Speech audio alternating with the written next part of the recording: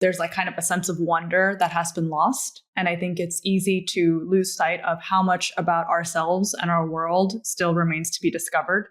So I really want tools like Elicit and just AI more broadly to be able to help us, not just kind of really amplify existing research efforts, but help us to discover entirely new ways of doing research, discover entirely new research methodologies, entirely new research domains that weren't possible before, about now using kind of this human artifact of text as a data source, analyze us more intelligently so that we can better understand who we are and how we relate to each other and what kind of systems we can build to help each person and every group of person flourish more. And for like AI systems to be able to generate like very decision relevant, but really, really, really simultaneously rigorous kind of one-pagers, policy memos, and answers to people in very high stakes decisions so that we can just become way more intelligent about how we can govern this world. Hello, and welcome to The Cognitive Revolution, where we interview visionary researchers, entrepreneurs, and builders working on the frontier of artificial intelligence. Each week, we'll explore their revolutionary ideas, and together we'll build a picture of how AI technology will transform work, life, and society in the coming years. I'm Nathan Lebenz, joined by my co-host, Eric Torenberg. Before we dive into the cognitive revolution, I want to tell you about my new interview show, Upstream. Upstream is where I go deeper with some of the world's most interesting thinkers to map the constellation of ideas that matter. On the first season of Upstream, you'll hear from Mark Andreessen, David Sachs, Balaji, Ezra Klein, Joe Lonsdale, and more. Make sure to subscribe and check out the first episode with A16Z's Mark Andreessen. The link is in the description. Hi, everyone. I'm recording this in the hospital maternity ward where my wife, Amy, and I just welcomed our third child this week. Thankfully, both are doing well, and we should be home by the time you're listening to this. Today's episode is one I have looked forward to since we launched the show. Andreas Stuhlmüller and Jungwon Byun are the founders of OUGHT, a product-driven research lab that develops mechanisms for delegating open-ended thinking to advanced machine learning systems. Their flagship product, Elicit, online at elicit.org, is an AI research assistant that helps researchers accelerate time-consuming workflows, starting with literature review. I was particularly excited to have Andreas and Jungwon on the show for two main reasons. First, in my experience, Elicit works well, notably better than any comparable product I tried in early 2023. And so much so that it adds real value to research workflows. No small accomplishment given the inherent difficulty of research tasks. Second, and likely more importantly in the long run, OUGHT has helped lead the AI industry toward a process-focused approach, which emphasizes task decomposition and the training of high-quality reasoning processes rather than focusing solely on correct or incorrect outcomes. We discuss how this process-centric approach works in practice today, why it's likely critical to building AI systems that can help with novel and important questions where little or no training data exists, how it might help us avoid catastrophic AI outcomes, and more. I hope you enjoy this conversation with Andreas Stuhlmüller and Jungwon Byun. Jungwon Byun, Andreas Stuhlmuller, founders of OUGHT, makers of Elicit. Welcome to the Cognitive Revolution. Thank you. Hey, it's good to be here. Yeah, I'm really excited for this conversation. I have been a fan of what you guys are building at Elicit for some time and had some really great product experiences using it in a couple of research questions that have come up in my own everyday life. And so I'm really excited to learn more about the product and also the philosophy that is behind it. I wanted to start with just a question drawn from your website. I went and read the mission statement, and there's a really interesting claim, which I think is true, but maybe underappreciated by many. And you say, it's especially unclear that ML will help in matters that require substantial thought. I think that's really apt. In any sort of the writing or work that I'm doing, I find that the best work, the AI is currently the least helpful. So maybe you guys could just start by unpacking that. Like, why do you see that as the case? And then, obviously, we'll transition into what you're doing about it. Yeah, it's actually interesting. We wrote that 6 years ago, and I think it's still true. Like roughly speaking, I think there are two things that machine learning can do. One is it can imitate some behavior. Like, for example, it can write text like a human can write text. Or you can use reinforcement learning and can optimize some reward, like win games of Go. I think you get reward when you win. I think essentially all cases where AI has substantially exceeded human capability are cases of reinforcement learning, because that's what you need to get to unforeseen creative moves.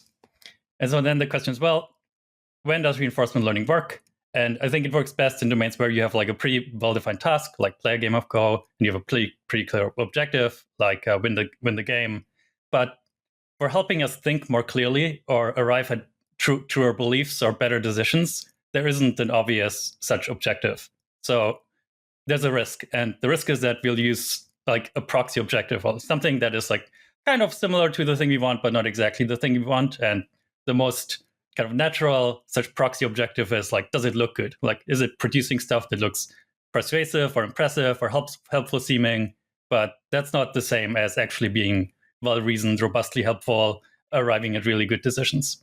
So I think actually right now that's not a big problem. I think in terms of behavior, these models are still mostly in the imitation regime. Like they can help us write stuff or brainstorm stuff or write code. And I think that's all great and actually is helpful.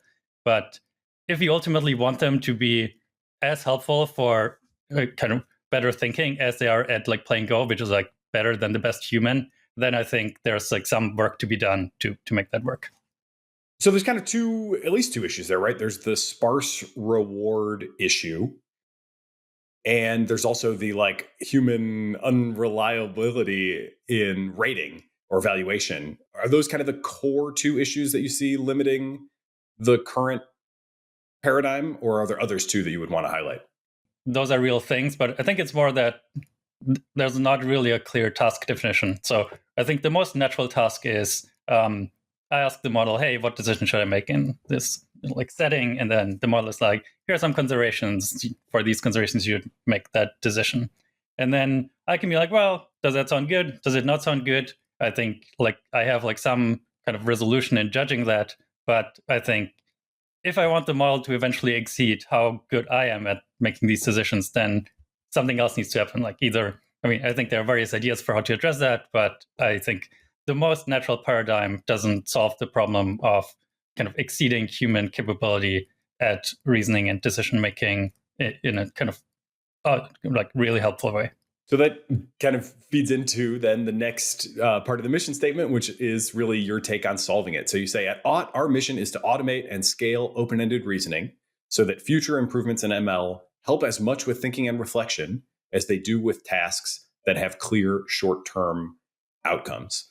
And it's interesting that you say you wrote that 6 years ago. I hadn't realized, that the mission had been established that early. I guess I'd love to hear a little bit of like what you thought you were going to be doing when you started off and how that has kind of compared to reality. Because I'm sure, if you're anything like me, you've had a few surprises and updates over the course of the last 6 years. So what was kind of, how was that expected to cash out versus how it in fact has cashed out over time?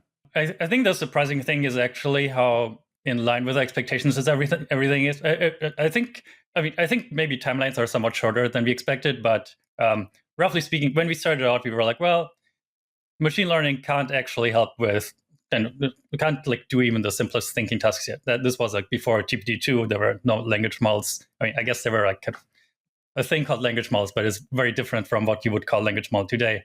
And so we were like, well, how can we still get ahead of the situation and study how to use future AI systems to help with that? We're like, well, I guess humans are our closest stand-in for AI systems. So we mostly run experiments with humans, thinking about, well, how can we decompose complex tasks into tasks that kind of humans who don't know the big picture can help with, like break it down and all that. And I think it is kind of crazy how much AI systems now look like these kind of context-free humans that we ran simple toy experiments with back in the day.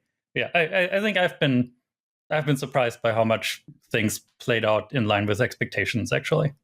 Yeah, it's crazy. When we started, the aggressive AGI timelines were like 2100. That's what the crazy people believe. They're like, oh, maybe we'll have AGI in 2100. And then over the span of a few years, that's gotten to like, it's condensed by so much.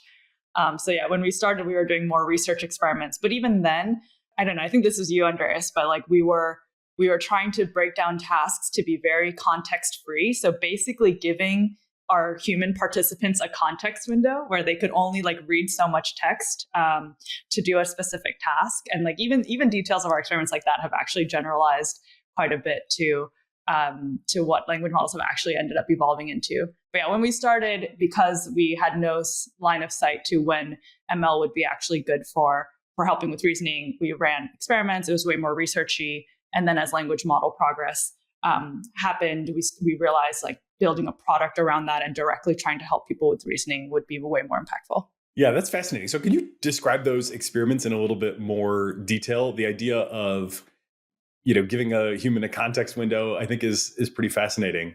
Like procedurally, what did that look like in the early days? Yeah, there were a few different versions of those experiments. So I'll describe one simple one. We called it relay programming. Where basically there's a programming task, like a programming puzzle you might get at one of these programming competitions, and every participant only has, let's say, a minute to kind of make progress on the task and then pass on their notes to the next participant. Where the thought was, if you could make that work such that like a person who doesn't like know the big picture can make small contributions that move the state of thinking on that problem forward such that you eventually solve it, then you could get to mechanisms where you can solve like much more complex problems. Like there's a fundamental kind of question of like how composable is thinking? How much do you need to know like the big picture? Need to have like some mental model where you load everything into your head, and to what extent can you like get away with not doing that? And so one of the settings where we studied that was in the setting of programming. I think the high level research question was, in a world where we have super intelligent AI systems who are doing work that are smarter than us and so can do work that we can't evaluate directly, can we break down complex tasks into smaller tasks that are easier for people to evaluate? So part of the reason why in some of our experiments we gave people context windows was because if the AI system can read an entire book but you can't, then that's really hard to evaluate. And so can we then break down work into smaller pieces such that if a human wanted to spot check parts of it, the amount of work that they would have to spot check is like manageable for them to do. That's kind of what we were studying. So how productive were people able to be in this kind of 1 minute context window environment? Were teams or groups able to solve like substantial problems? I would expect that honestly to be very hard. And I think this is a really interesting comparison now as well, because we do have, there's obviously a lot of debates around like, what do the latest systems mean? Like, just how capable are they? How should we understand them? But I've not previously considered this notion of like testing the human on the sort of AI's turf. So I'm guessing we didn't do nearly as well as like GPT-4 would currently do. Certainly if you, give it a minute, as like your hard limit, to make progress. So I think it is very challenging. And I think the challenge is actually somewhat similar between humans and AI systems, where one challenge is you need to get rid of errors more quickly than you introduce them. So like with every, like you do your minute task, you probably are like there's like some chance you get it wrong. And so the more such tasks you compose together, the more likely it is that like at least one of them goes wrong. Even if you only have like a 10% probability of getting like a subtask wrong, that's like, if you do 20 tasks, it's like probably going to happen. And so you need some error correction mechanism. And that error correction mechanism itself needs to be composed out of these like 1 minute pieces. And so if you are not getting rid of errors more quickly than you introduce them, then you're doomed. And I think that is I think a thing that we're currently facing with language models as well. If you compose together many tasks, I think their models still are like somewhat flaky. And so that I think limits scalability of both the humans we work with and also current models to like very complex compositions of tasks. In addition to the programming task, we also did text-based tasks. And again, this is like, before a lot of the language models, but we would have tasks where, one person would generate some summary of like a movie review. And then other people would have to decide like, was this summary accurate or inaccurate? And everyone can only see little parts. No one except, one, maybe like the original generator can like read the whole summary. And I think we ran into a lot of similar issues, surprisingly, there as we are with language models, which is like in a one maybe specific flavor of this error propagation issue is that this interaction can kind of converge in this like suboptimal place where the people might like get derailed by a particular argument line of reasoning and then get stuck there and kind of like miss the overall point of the summary or like not find the most efficient way to decide if the summary was accurate or not. And then I think the other thing that we struggled with there is that like the context windows were really too limited, I think, and there needed to be some better mechanism for passing along state across different participants.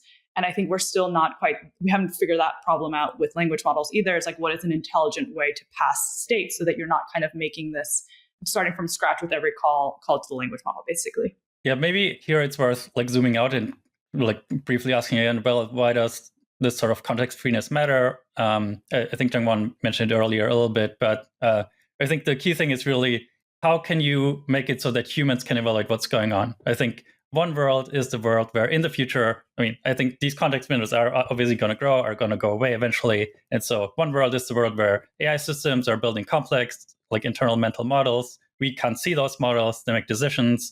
We're like, well, why did it make that decision? It's really hard to tell. Contrast that with the world where all the state that is being passed along is explicit.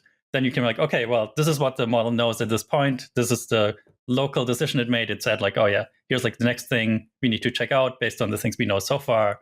And that's a thing you can evaluate. And so I think we care a lot about getting AI systems to a setting where what they do is transparent and where humans can evaluate what's going on. And so that has driven like those experiments with humans in the past and also drives a lot of our work with language models now. Omneky uses generative AI to enable you to launch hundreds of thousands of ad iterations that actually work, customized across all platforms with a click of a button. I believe in Omneky so much that I invested in it, and I recommend you use it too. Use CogRev to get a 10% discount. Yeah, it's funny. I would say that's pretty prescient, really, because as you're describing the challenges in performing tasks that way, and then you said like the zoom out, why do we care about this? My immediate thought was like, well, having used language models a lot, it's pretty obvious why I would care about it now. It may not have been nearly so obvious 5-6 years ago, but that is a really interesting, just kind of history as to how you were exploring the cognitive space, I guess I'll say.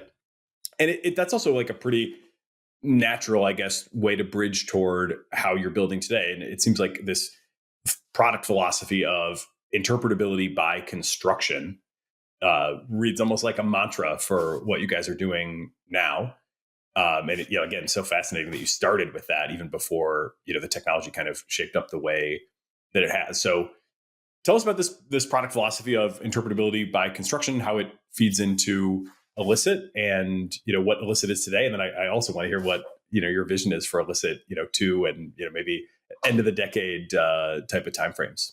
We mostly think about it as how can we make language models follow processes that humans can understand, as opposed to these kind of latent, unobserved, like only in the language model's head kind of things that have been optimized end to end to accomplish some goal, but we don't actually know what's going on.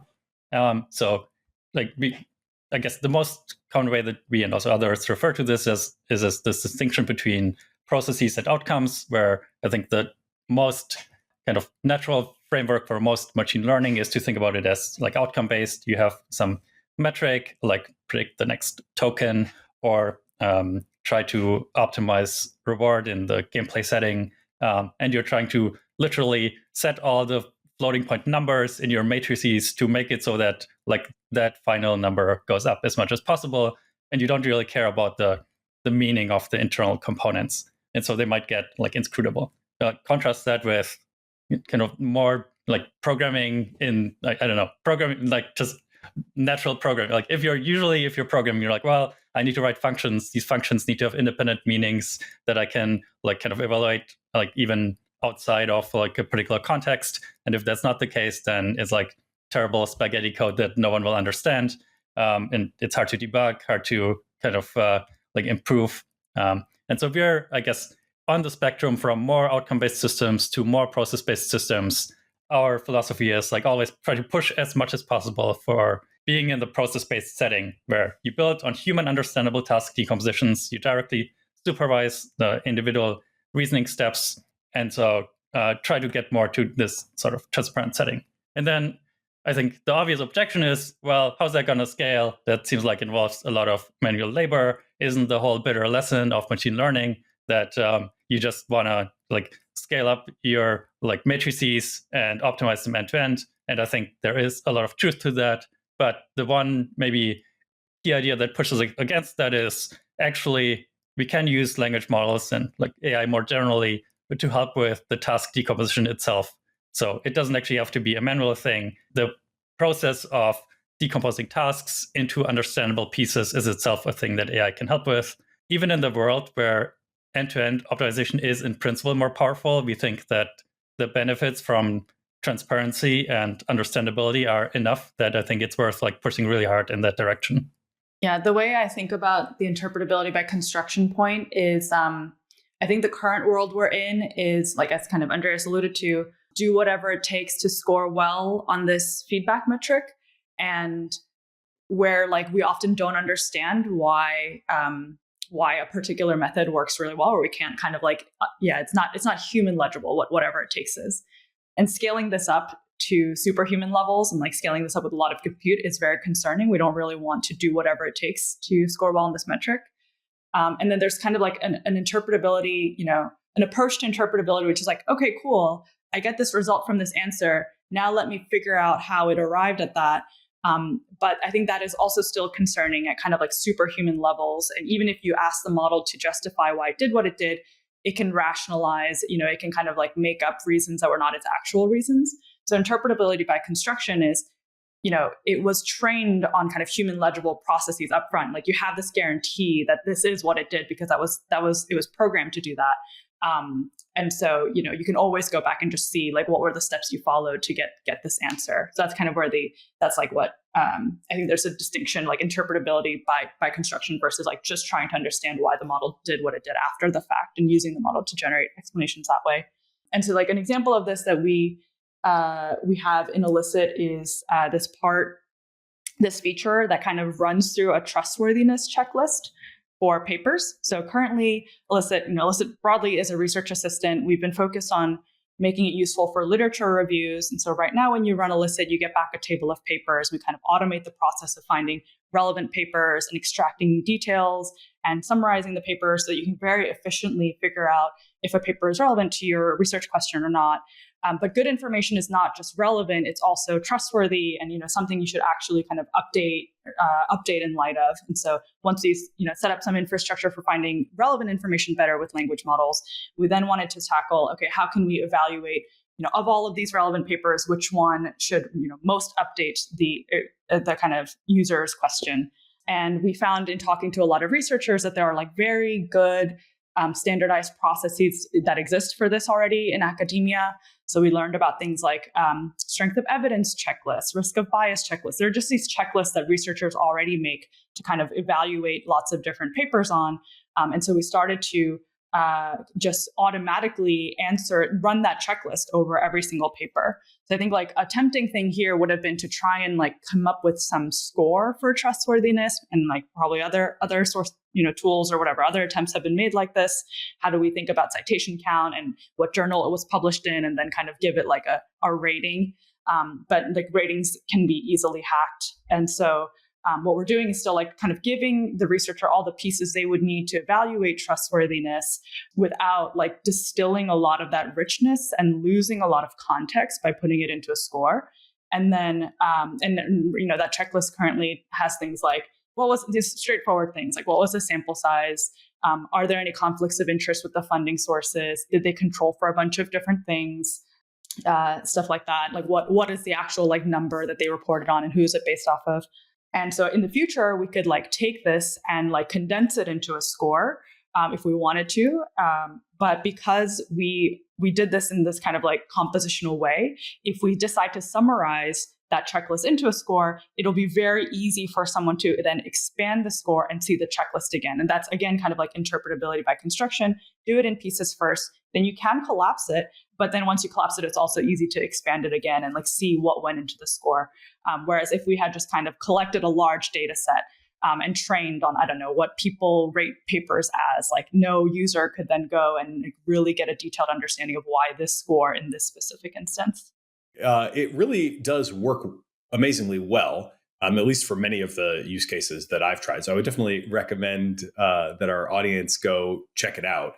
I've used it for kind of random medical queries that have come up in my, personal life. I would not, my standard disclaimer is I wouldn't recommend making it your doctor at this point, but I would recommend getting a second opinion.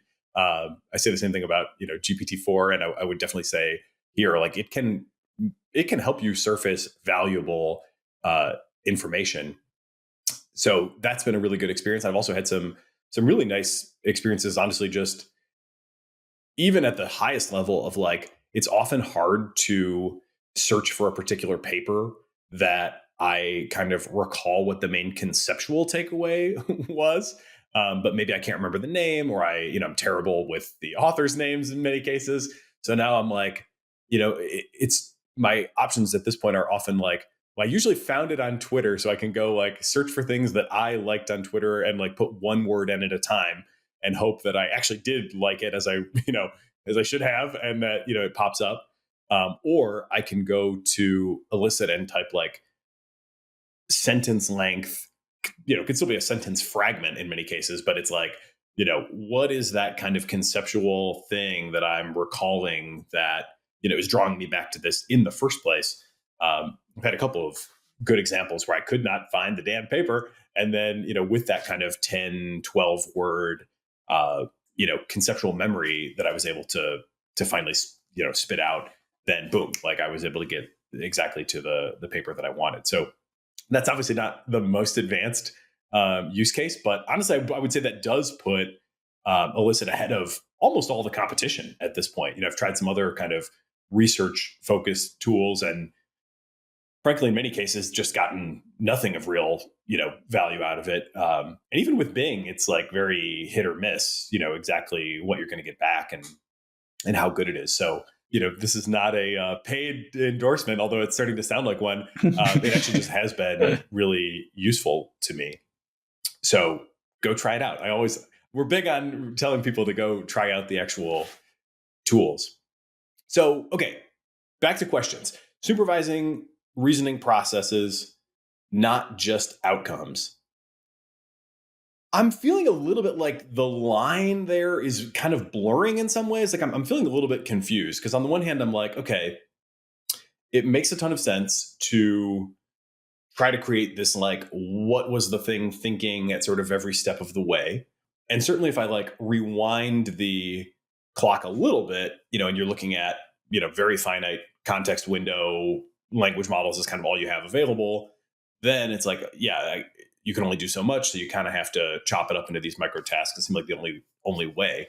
But how do you see things like, for example, with like a 32,000 token context window now coming online, and with techniques that are kind of like, whatever, least to most or step by step, is there a way in which we're kind of headed toward some sort of equivalence where you could like spell out all the steps that you want, a GPT-4 32K to take, and then like kind of watch it take all those steps, one by one, and then sort of say, here's your score on that, with kind of all of that out loud? Are these paradigms converging in some sense with that, with those kind of language model best practices?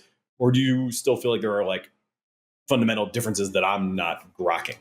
I think there's like partial convergence. So I think the step-by-step is definitely kind of move in the right direction. I think it's good to see like the reasoning spelled out. I think it's good for many reasons.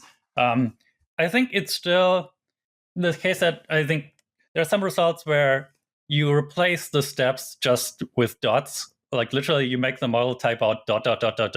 as opposed to writing out steps. And it still leads to its answer improving, because there's like some latent computation that it can do during those steps that it wouldn't otherwise do.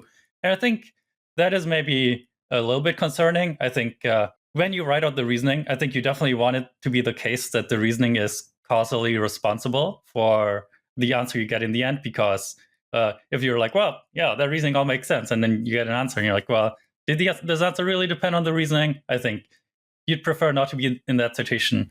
Maybe it's like not really a big deal for basically all of the use cases we have of language models right now because they're so low stakes. But I think if you think a little bit ahead and in the future, like suppose you're running a company, you're like, well, should we, I don't know, invest in this thing or hire this person or whatever decisions people will try to make in the future. I think there it will matter more that you can actually trust that the answer, in fact, like faithfully depends on the reasoning. And so I think even though like writing out the reasoning steps in the prompt, I think is a good step. I'm like very excited for techniques like that. I think you ideally would go a step further and have guarantees that the answer causally depends on the steps, which you don't have for most of those approaches. Yeah. So one example that I give to kind of contrast these two methods is, maybe you ask a language model a research question. You're like, I just kind of like want a one-pager on this topic.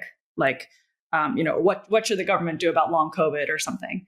And the language model produces an answer. And if you're actually going to make a high stakes decision about that question, you want to know, why should I trust this answer? And at that point, like, the more trustworthy, like if the language model is able to say to you, well, I went out, I searched over these databases, I read these papers, I ranked these papers by these dimensions, I checked to see if, they were all trustworthy, I summarized them, and then I compared it against this data, If you can like list out all of those processes to you, and to like actually follow that process, that is like that you can have way more trust in that answer. And you can then go in and you can look at the process itself and say, like, do I trust this process or not? And you can also kind of inspect like each step and did it actually follow that step? But like, I think with just chain of thought, like, I don't know, the alternative would be like, it kind of says incoherently rambles about a bunch of things. And like Andreas said, may not be like actually what it did, even though having more insight into some more insight into the model state is helpful. I think that kind of interpretability by construction piece comes up again, where you want some guarantee that this is what the actual model did.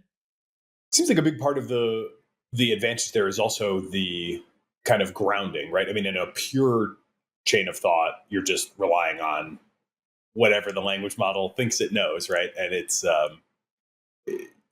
then another thing to sort of say, okay, we're going to go to sources and evaluate those sources, try to find takeaways, and then kind of synthesize that. So if I was going to try to, continue to close the gap between the two paradigms where you guys have taken things and kind of made the complex, discrete and comparatively simple, and ultimately that like involves a lot of calls, and each one is kind of, a small input output, and then you can, view that whole history. It seems like maybe much closer to that if I was like let's say I'm an OpenAI Foundry customer, and I have, I just dropped a 1.5 on my, 32,000 token robustly fine-tunable thing. The main thing that I would really be wise to do, it sounds like from your counsel, would be like ground in sources. That's like, pause at some point, bring in information. Maybe it could all still be in like one context window, but you're going to want to interrupt at certain points and like bring in information. And then maybe at the end, you could sort of have like a summary that kind of goes back through all of that history and is like, okay, here's what I did. And then, I hit some stop token and that, executed a search. And then I hit some other stop token and that, fetched the abstracts, for all those papers or what have you. And you could, in theory, kind of layer that on, but you'd be having kind of like layered calls as opposed to like compositional structure, I guess, to the overall process. Like linear with these sort of outbound calls might be at least much more, kind of comparable to the composable structure that you guys have built. Does that sound right? I'm really just trying to understand it. So feel free to tell me if I'm off base here. I think the thing you described, where you make like you halt, make calls to sources, I think that is a pretty common thing. That maybe the simplest instantiation is like the thing that I think Bing does, which is just do a search. Like, don't do it even like in multiple steps. Just do a search, take the results, and then do generation based on that. That's maybe like V0 of that. And then I think what you described is like one step more complex, which is You can kind of do some generation, halt, do a search, pull in the results, continue. And then I think there's like versions after that, which are like, well, one of the things you could be doing is you generate, halt, decide to farm out some sub-computation to another model that like is roughly speaking the same situation the current model is in. It does its thing, it comes back, then you continue generating. So I think there is a kind of incremental path from just like do everything in one prompt to a more compositional settings. And I think the world where everyone pursues those more compositional paths, I think is a pretty good world. I guess another big opportunity for difference, and this is probably something that does exist in Elicit. I know it does from, I don't know exactly to what degree, but I know from your Twitter presence that it does exist to some degree, is you can have if you do truly break down into a compositional approach, then you can have specialized models for all the different subtasks, potentially, if you really want to, right? I guess you could also, I'm really contrasting this because I just get the sense that like, if I had to guess, I would say like half of the Fortune 1000 is probably going to try to buy OpenAI's new thing. And they're really going to be striving for reliability in their language model output, right? Like they're not going to be generally wanting it for brainstorming. They're going to want to be completing tasks, and they're going to want to be completing them reliably. And we don't know like what kind of fine tuning they're going to offer, but you could sort of fine tune a bunch of different models for discrete subtasks. So you could maybe try to do like kind of 10 tasks in one, giant fine tuning of a giant model as well. And then you're kind of back to maybe a question of like, does the sort of super generalization like help you? It might in some ways, on performance, like certainly there seems to be this kind of, bigger is better. Maybe you could help me unpack a little bit more the worry of when I'm looking at kind of chain of thought reasoning, you throw in those halts or whatever, and I get to a final answer, you kind of said like, you'd really like to know that the answer was actually the result of the reasoning.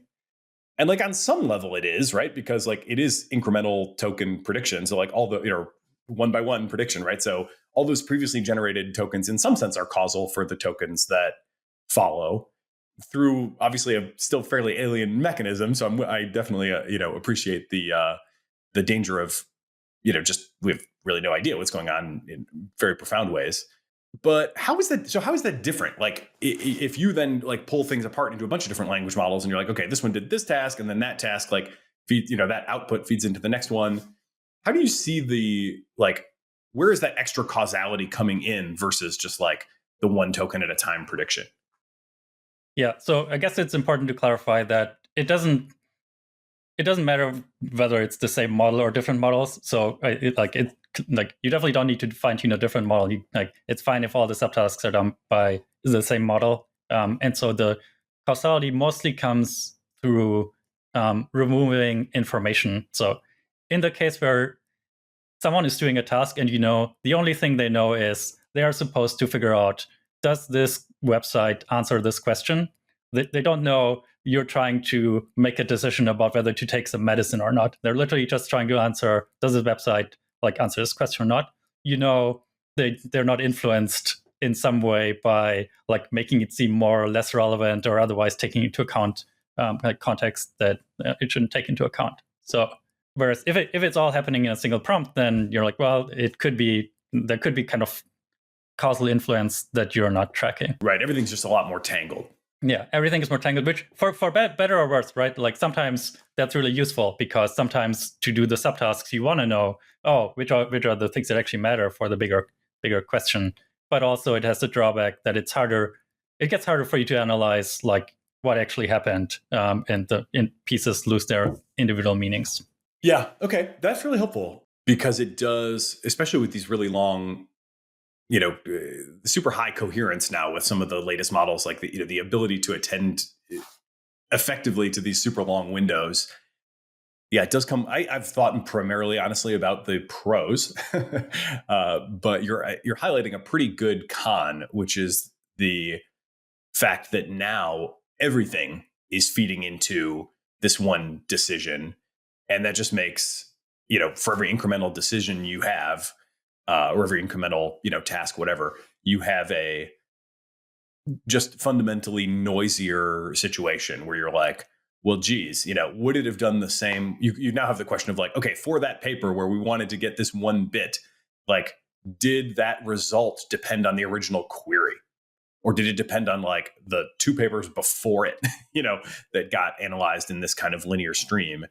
And I do see how that now see how that would make things a lot harder to tease apart. So yeah, that's really interesting. Thank you for bearing with me as I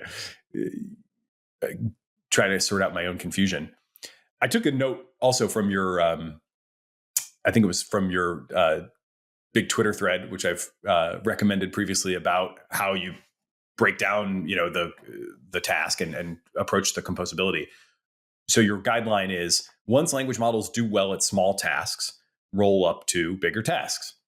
That reminds me of the Drexler comprehensive AI services a little bit. Like, he's very, let's deploy narrow superhuman AI everywhere before we, even attempt to do very general superhuman AI. Have you guys taken inspiration from that, or how would you kind of, contrast what you're building to the vision that he's outlined? Yeah, it's definitely related. The maybe dimensional language to contrast it is like, what is the task size? Where I think Drexler mostly thinks about fairly large tasks. So like, let's say there's a service for evaluating like whether an investment is good or something, and then within that service, as I understand it, it's still fine if like everything is more or less end-to-end optimized. And I think we'd probably just try to push harder for even smaller, even more understandable components. And I think Eric also has more recent work. I don't know if you've seen, like, called the Open Agency model, which I think is also a bit more in that direction, like trying to get language models to do even smaller tasks, like evaluating, like suggesting different proposals for policies, and then different language models evaluate those proposals and such. So I think there's definitely some convergence here. Yeah, that's interesting. So how about the question of task size? Because like, I've noticed this in my own work, right? At Waymark, we use kind of an ensemble of different AI systems, some of which are the core ones being language models, but also like some visual type stuff as well, because we're ultimately trying to create, visual content. And I've definitely noticed over the last year and a half that it is getting easier and easier to just kind of throw more into a single call. We used to have like a fine-tuned model that would do this, and then we had a different fine-tuned model to write the voiceover script. And now we're kind of like, okay, well, you could just write the main script and the voiceover script in the same call. Like, that got easy enough that we can just go with it, right? Similarly with like what image, content would complement this text. We used to fine-tune on that separately. Now we can kind of bundle it into one thing. That's all still a pretty narrow task, certainly in the grand scheme of human endeavor. But how are you guys shifting the size of task, if at all? Like, are you sort of saying, okay, these things are getting more capable, like we can trust them on, somewhat bigger bites out of the overall task? Is there kind of a pull in that direction? I can give like the general answer, and then Jungwon can maybe address it in the context of the product if that seems helpful. But in general, I think we most think about what are tasks that humans can fairly robustly evaluate. And you kind of want tasks to be as large as possible under that constraint. I think it's great if models do more work at once, because for all the usual reasons for why it's useful for models to have more context. But it's bad if you get to a stage where a human can't look at it and be like, okay, this is like good or bad. I think there's like some caveats to this where you're like, well, maybe humans can use AI assistants to do that evaluation better, but then you still have like that constraint of like, can a human with AI assistants robustly evaluate whether a subtask was done well or not? And you never want to push beyond like the threshold where that's true. Where is that kind of settling? Like, what do you find that people can, in fact, evaluate effectively? I mean, for context too, for the audience, like, boy, is evaluation hard. I mean, I think most people probably know that. I was really amazed to see from the GPT-4 technical report that the GPT-4 versus 3.5 win rate is only like 2-to-1 ratio. It's a little bit higher than that. It's like maybe like 70-30. But, it's not like people are preferring this like 99 times out of 100. It's nowhere close to that. It's like 2 out of 3. So that in and of itself is hard. There's just a ton of noise. Again, at Waymark, we've done a lot of experimentation with like, which are the best looking images, because our users will have these image libraries. And like one of the biggest things we want to do for them is just for convenience, like pull the most beautiful images forward. And like that is so easy for people. It's like quarter of a second, that they can kind of differentiate between which one they like. But the noise and the inter-rater reliability just gives us insane headaches. It's like the R squared on 2 humans sitting next to each other looking at the same images is like really tough. And so the models struggle as well, right? Because they're trained on that signal, and the signal is just insanely noisy.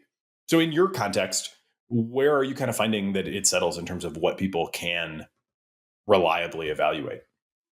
Yeah, I feel like this is another place where breaking tasks into smaller tasks really helps with the evaluation. So we have a bunch of in Elicit, there are a bunch of abilities to kind of ask questions of the paper. And the paper is like, this has lots of text. It is kind of this like long context situation that we were talking about earlier. And Elicit, using language models, can say, oh, this paper found this result. This paper studied these types of people. This paper had these limitations. And like, if that's all you got and you wanted to evaluate that, you would have to read the entire paper to figure out if that was true or not. Like maybe you could, for certain things, you could control F it, but in a lot of cases, you'd have to read the entire paper, which is very expensive and time consuming to do. But because the way we build out these tasks in Elicit is compositional, what we do is we first find relevant parts of the paper, then using that part, generate the answer to that question. So when we show you the answer, we can directly link it back to where in the paper we got that. And then all you have to evaluate is kind of the answer and like a small chunk of text, like a few sentences, which is way more manageable. And it becomes very obvious. Sometimes the models still make mistakes, right? But those mistakes become very obvious because you can check it.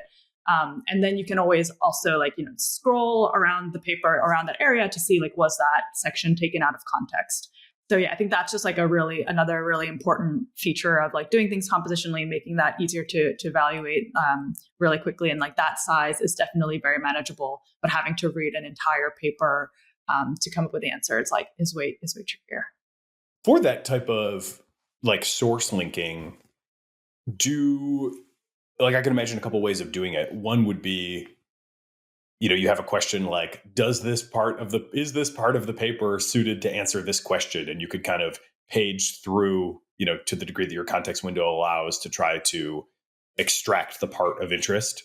Obviously, you could also pre-chunk it and use embeddings and then kind of do a embedding comparison at runtime. How are you guys approaching that problem of grounding? And then I'm thinking with the embeddings too, it could be kind of hard to determine the retrieval might have failed, right? You don't have the answer, but the answer was there, but you pulled the wrong section. The embeddings feel not super easy to evaluate. So how are you thinking about that part of the challenge? Basically, you can think about embeddings as, or roughly speaking, cache language model computation. So I think ideally, the ideal thing is probably more like the former thing you described, which is you go through the paper, maybe paragraph by paragraph. And for each paragraph, you ask the most expensive model, think step by step and, make sure you're correct and whatnot, and think really hard, is this relevant? So that's maybe the most expensive solution. And then ideally, you would just do that over all papers ever written by anyone and all their paragraphs. And so that's and then you rank by the probability that says it's relevant or something. So that maybe defines one kind of ideal. And then you're well, we can't do that. So how? And then I think you're trying to approximate it. And usually the way we go approximating it is in a multi-stage process where well, first we want to find the 1,000 papers or paragraphs that might potentially be relevant. And for that, we need to use something very cheap, like some embedding based search. And then you're okay, now we have 1,000 papers. We can use something slightly more expensive, maybe some cross encoder or something. And then you have maybe one or a couple papers. And then you're okay, at this point, we can use the expensive model and actually pick out the things. But I think this is a setting where a lot of it is about like, well, what are kind of tractable approximations to the expensive ideal? And hopefully over time, like people will find better ways to both improve what the ideal is and also better ways to distill kind of the ideal into kind of faster cached computations. Yeah, I don't think there's like something super clean. I think this is something that needs a lot of empirical evaluation and like trade-offs related to how much you're willing to spend on any one query. From a product perspective, we've thought about showing multiple segments. This at least kind of helps bridge some of the gap. So yeah, if you can show maybe like right now we're just showing the most relevant segment and the answer from that. But if you can kind of let the user tab through a couple of the highly ranked segments, even if you didn't get it right in the top slot, you can kind of compensate for where the model might have missed some things. Cool. That's really fascinating.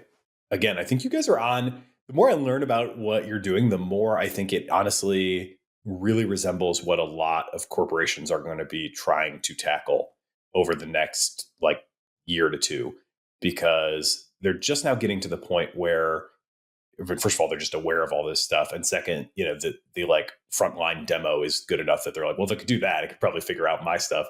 But now they've got these questions of like, okay, I've got whatever internal knowledge base that's in whatever form. And then I've got, whatever tasks and processes, and how do I, it's kind of like the assembly lining of knowledge work is what I sort of expect. A lot of corporations are going to try to figure out how to do, for at least a lot of the processes that they have.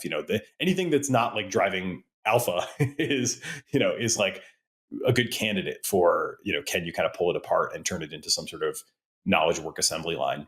I suspect that, you guys will be in high demand as it becomes clear that this paradigm is like really what the corporate customers are going to need. They don't want like, they may want some bigger tasks. I think they probably will want bigger tasks than what you guys are doing. But still like taking a 5-minute customer service phone call and like resolving an issue, is 1 or 2 levels up from where you are, but it's still like pretty small, in the grand scheme of things. And they're going to be, I think, working really hard to figure out how can we structure all this activity that goes on in our business in ways that we can like feed it into, an AI assembly line and kind of reliably get the desired behavior out the other end. As we start to see like more high impact, high precision, high reliability applications, we'll really need that infrastructure. So for kind of like, approximate use cases, I think something like ChatGPT will work just fine. Like, like you said, maybe just a quick second opinion or a quick, like, what do I need to know? What should I then go and ask more questions about? It'll be very useful. But, we're seeing right now, obviously people know that these models have issues with hallucination. I'm sure a lot of those will get trained out, or, they'll be better at citing their sources. But I think it's still, even in that world, won't be clear that what the model is telling you is the best possible answer.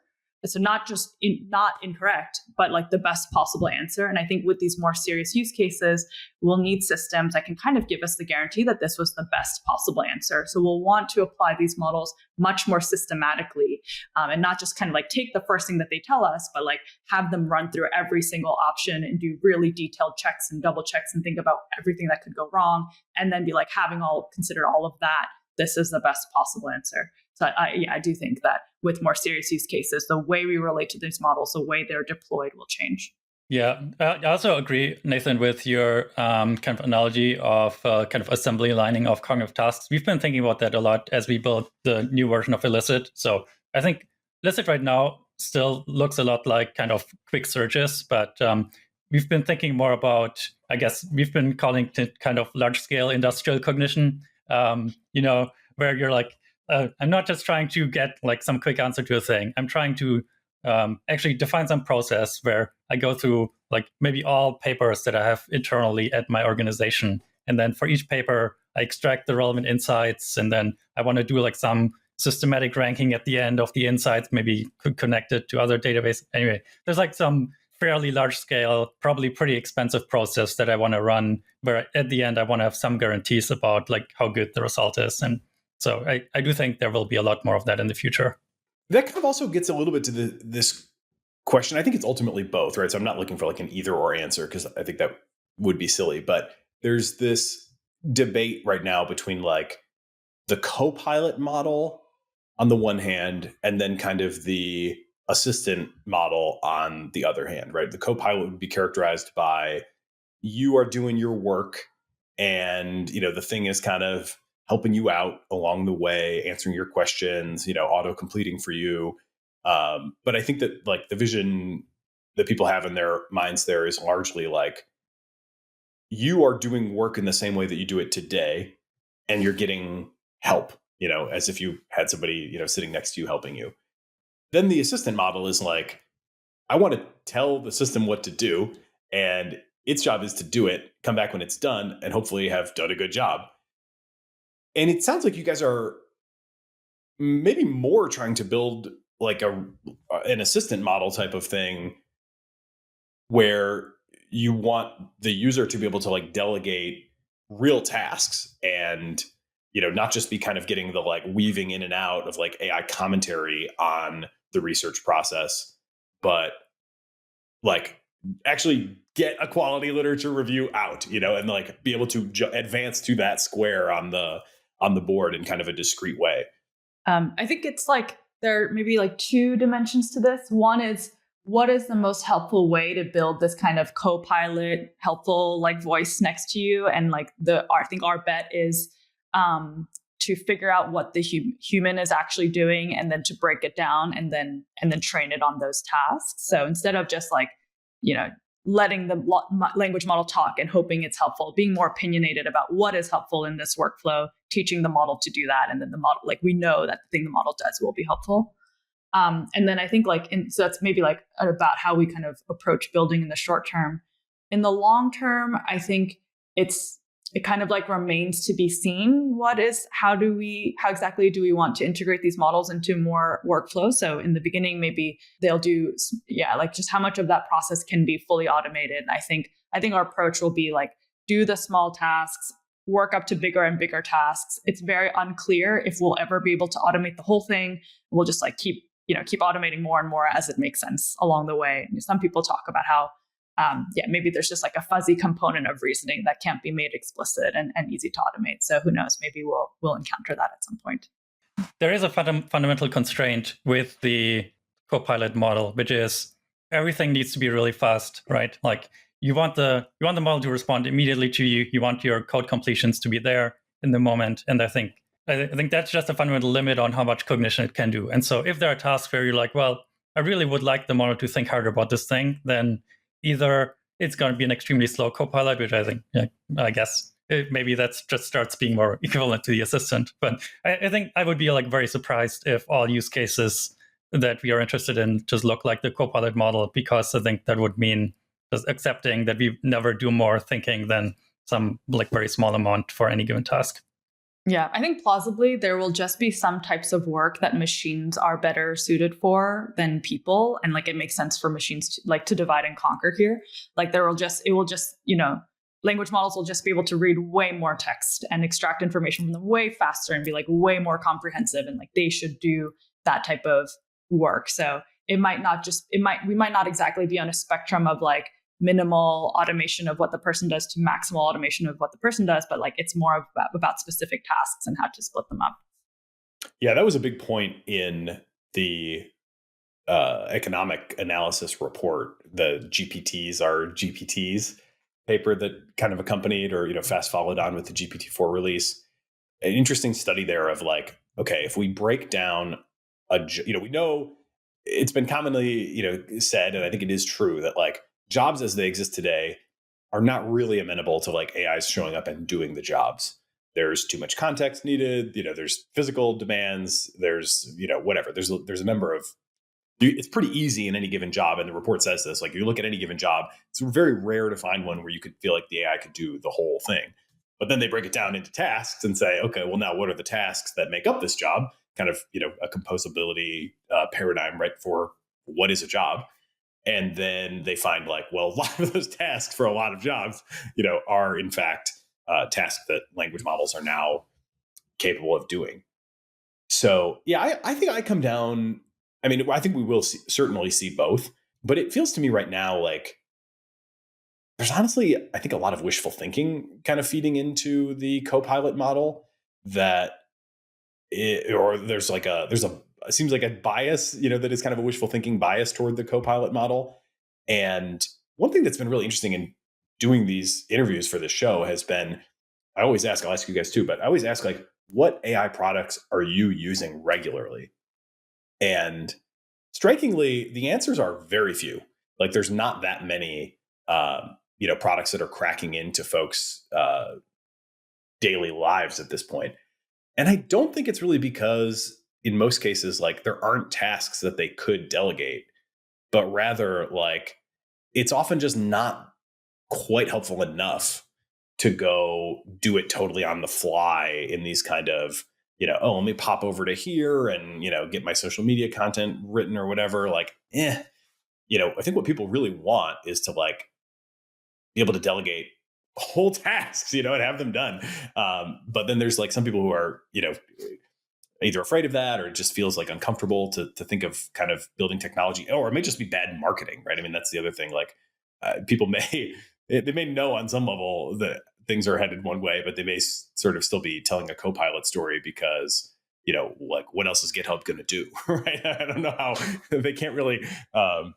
It's going to be tough for them to reposition around, like, the AI developer for, lots of reasons. For me, the barrier is when I'm using some of these language models to actually do a job that I care about, I have very low tolerance and patience. Like, I don't want to read this, like, paragraph. I don't want to hear about how you're this, like, helpful assistant. I don't want to, like, give you feedback on this answer that you didn't quite get right. I just want the best answer right away. And so I wondered how many other people have, like, some people I think are enjoying this flow with the language model where it suggests something and they give it feedback. But I'm sure there are more people like me who are like, I just want to get this task done.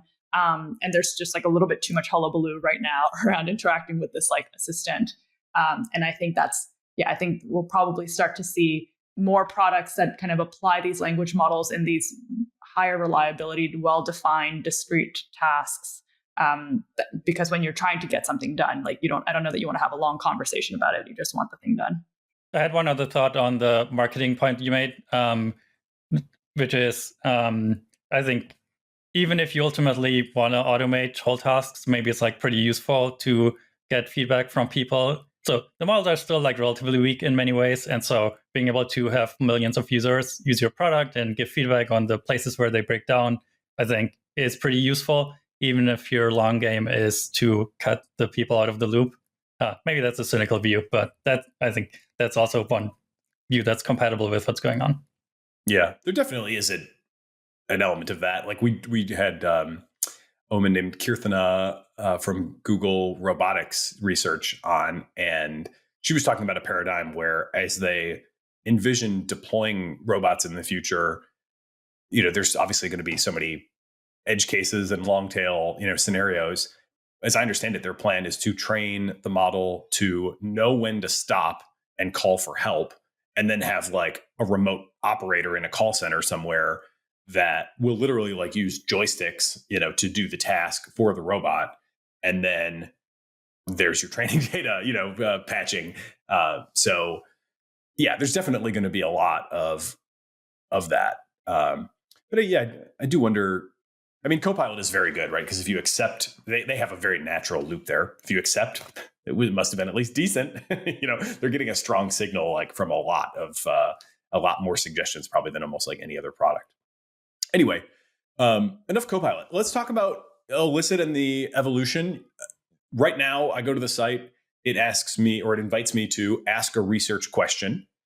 And what I understand is you're kind of expanding the workflows that it can do. So tell us how you are expanding, what new workflows, and what we can expect next. Yeah, so I think the way to think about this is this, like, kind of initial phase of Elicit was about taking unstructured data and information that's kind of, like, trapped in PDFs and structuring it into a much more organized table where you can kind of efficiently skim across a lot of information at once and automate the process of going into each PDF and figuring out what is it that they did and what should I know. And then the next phase of Elicit will be, okay, cool. Now we have this like structured data model, like this table.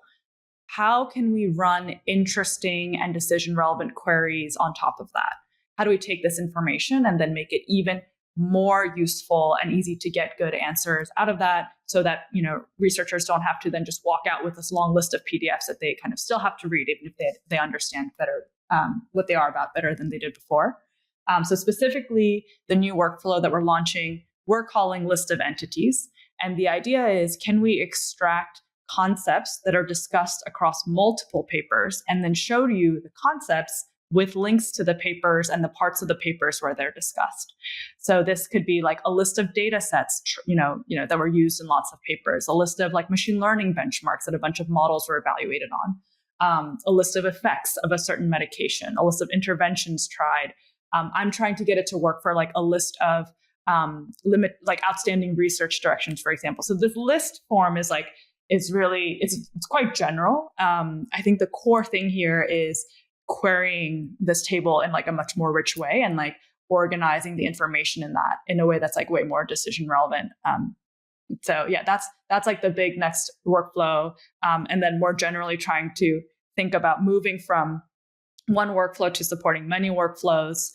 So some of the other ones we have on the docket are running the kind of current version of Elicit, but over like a much larger set of papers. So we have a ton of organizations who have their own databases of like thousands or tens of thousands of paper and want to basically like get an Elicit table for their own paper. So thinking about supporting use cases like that. Those are some of the things that are on the roadmap. You guys are a research nonprofit, but you describe yourselves as a product-driven research or product-led research nonprofit. How do you envision that evolving in the future? It sounds like you're thinking of offering this on a commercial basis to large companies. Is that right? In terms of our long-term roadmap, we see this as having 3 phases. We have a 3-phase plan. Phase 1 is discover what is known. Phase 2 is discover what is unknown. And phase 3 is decide in the face of the unknowable. So we're currently in phase 1, discover what is known.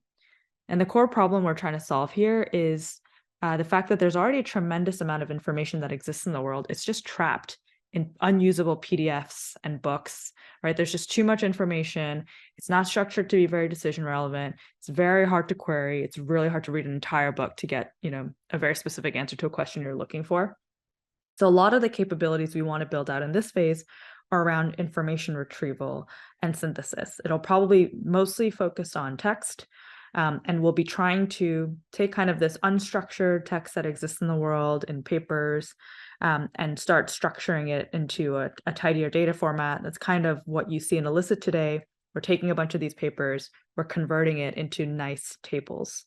And then this next list of entities workflow is a way to query that table in a richer way, to reorganize it at a higher level of abstraction, where you're kind of looking more at concepts discussed across papers rather than the papers themselves.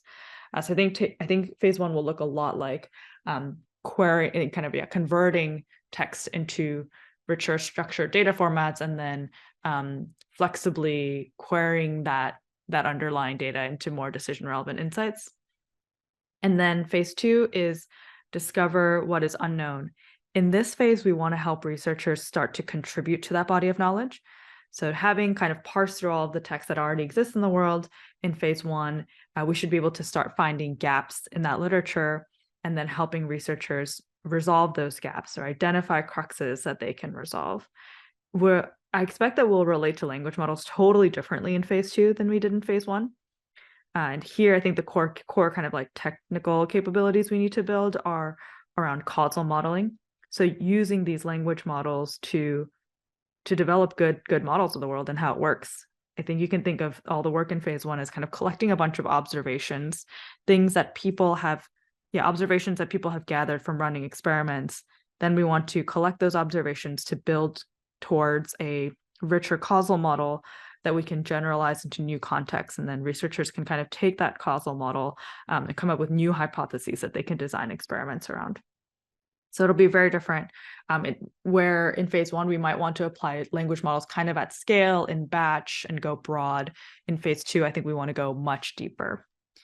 And then in phase 3, decide in the face of the unknowable, we'll probably like switch user groups a little bit and move from research producers to research consumers, people who want to incorporate research into their workflows, are making very high stakes decisions based off of research, but are not researchers themselves, and who are kind of doing much more than just understanding the state of science. And again, here, I suspect that we will relate to language models very differently. I think the kind of problem we want to address is that for some really high stakes decisions, or some parts of those decisions, there is no right answer. It really comes down to your values or your preferences, or just certain choices you want to make. And so at this stage, I think we want to use language models totally differently and use them to elicit the values and maybe kind of unresolvable assumptions or beliefs about the world that the individual has, or the decision maker has. So for example, if you want to make a decision about your career, part of that might be informed by research, but a lot of the rest of that might just be around your own values or other kind of hard to resolve beliefs about the world that you have. So anyways, those are our 3 phases. I think the important thing to emphasize is that literature reviews is very much a small part of our long-term vision. We don't see ourselves being a lit review tool forever. We don't see ourselves just being kind of a search engine forever, but understanding the state of literature and being able to work with that is just a really important building block to everything else we want to do. So that's why we're starting here. And if that sounds exciting to you, we're hiring for a product manager. So this is one of my biggest priorities right now. So if you are interested in really helping us convert this grand master 3-phase plan into a concrete roadmap and are excited about all the different things Elicit will become over time, please reach out or recommend people you know that seem like good fits. How like sciencey is the target market for that versus just like general use corporate? Because I could see you like. Well, I was thinking, who would be your number one most natural customer? And I don't have a great answer, but the first thing that came to mind was the Broad Institute. And I was like, they probably have a ton of stuff, that they might like to be able to search over. I don't know how much of it would be public versus private, whatever. But okay, that's kind of one. Certainly they have like the science, pedigree. But then I think like, okay, Coca-Cola, like, would that be a target customer? They're doing stuff with AI, I guess. Is that in scope, or is that just kind of too sort of commercial, too consumery, not sciencey enough to be within what you guys would try to do? I think broadly, we want to prioritize researchers in a broad sense, and that will get broader over time. So up to now, most of our users are kind of academic researchers, or PhD students, or professors, but there are kind of researchers like that in so many different places at many different companies. There are researchers who are trying to study the effects of sugar in Coca-Cola, or like what happens if you reduce the sugar content. Probably lots of researchers in industry, and I think the activities that they are doing are very similar, even if the domains are slightly different. So we do want to support all of these people who are trying to have good models of how things work in the world and have like good kind of like science-backed beliefs and are thinking a lot about this information. And that's really a big part of why we started with literature review. When we're thinking about scaling up reasoning and research, this is a workflow that's general to many different domains and generalizes even beyond research. Probably in the short term, we'll keep focusing on more academic researchers, but over time want to scale to everyone who's thinking really hard about evidence and trying to make good decisions in light of that. I think it depends less on what is the flavor of the company? Like, do they sell sodas or not? It's more like, what is the task they're doing? Like, are they trying to do serious reasoning? I think we probably do not want to just build like an internal search engine for someone's documents. I think there are going to be plenty of others who are going to be doing that. And but we do want to help if there are people who are like, well, we're trying to figure out like how to use AI to make better decisions or figure out what's true in some setting. I think then it becomes more interesting to us. Okay, that's really interesting. When you think about going to customers, like any sort of big company, would you imagine allowing them to kind of create their own composable workflows that are like riffs on yours? And then I guess the follow-up question would be like, as soon as I imagine doing something like that, then I imagine, well, these people are probably going to struggle with this. And then I go to, well, maybe I could get a language model to give them some good suggestions, which might also, be in your plans like separately. So at some point, you guys can't do all the decomposing, right? Like, what's the future of the decomposing process? Yes, this is the dream. We tried actually earlier this year to use language models to decompose tasks, and they just weren't quite ready for that, somewhat surprisingly. And so that's why with this list of entities workflow, we're still hard coding the workflow. Like, we're saying first, you should search over these papers and you should extract these statements, and then you should cluster them in this way, et cetera. I think the evolution here will be, and I do think it's like, for a lot of users, they don't want to look at a blank screen and think about, how do I need to make this tool do what I want it to do? So I think for most people, they'll want kind of like a predefined workflow to start with. And then from our perspective, the evolution will be, we'll let users kind of edit parameters of the workflow to start. So now I have this list of entities workflow. Maybe I can change the search query in the first step. Maybe I can get a few more papers. Maybe I can delete some of the papers. Maybe I can like change the way the clustering is done. That'll be like the next phase. The phase on top of that is I can make more meaningful changes to the steps of the process. Maybe I'll search over a different corpus. Maybe I'll add another search step at the end to check if like this entity came up in Google somewhere or whatever. And then I think once you're there, then you can get to a place where, people are just kind of creating their own workflows, right? Like editing each steps, could lead you to edit the workflow to an unrecognizable state. And then from there, you can just kind of start from scratch and create the workflow from nothing. So, and then once, we have many more examples of that, presumably we could have language models also automating those steps, or kind of, co-pilot suggesting the steps that someone might want to take. And interestingly enough, we already have some researchers who are basically doing this. So in it, like the main workflow in Elicit is lit review, but there's this like secret page called tasks, which is like our graveyard of all the things we experimented with before we landed on lit review. And it's a ton of things like brainstorm research questions, suggest search terms, like generate counter arguments, all these like very kind of well-defined little tasks. And we have some researchers who have like basically manually like stitched together the results of those tasks and like created their own workflow in this janky way because they don't currently support it, where they like, have a question, they like generated a bunch of research questions, asked each of those questions into lit review, got a bunch of papers, took the abstracts of those papers, ran the abstract summarization task, and then like, generated a bunch of other ideas from that. So they're like currently manually like stitching together these tasks to do more complex workflows. And that's something we want to like automate and make way more easy to do natively in the platform going forward. It's like Zapier for reasoning. Yeah, exactly. Does the code base get hard to like corral? I mean, when you describe all those different tasks, and especially if they're all kind of explicitly defined, it sounds like a lot of code under the hood. Does that become a challenge? I mean, I think, as with any fast moving field, I think it's an ongoing thing where we're trying to figure out the right abstractions. But I think ultimately there aren't too many of them. So there are a few core reusable components like search, answer given results, summarize, rank, cluster, filter. I often kind of think, and so you have those components, you can compose them. And I often think a little bit about it as kind of functional programming with natural language. In functional programming, you have like some core higher order abstractions. You have like map, fold, filter, and then like most of the, like those are, there are like maybe 5 of them. And then you can apply those to more atomic tasks, which are either deterministic computation or language model calls. But it's not like there is a huge number of like individual components and you need to add. In some sense, that's the beauty of language models, is that you don't have like that many components. It's about a bunch of pieces, and you need to be kind of reasonably like smart about how you compose them. And I think that gives you a lot of power. So I don't think we'll be in the business of like building out like zillions of components. I think we're more in the business of I guess I don't know how this relates to the Zapier analogy, but I think we're more in the kind of infrastructure for composing stuff business than in the make lots of small like bits business.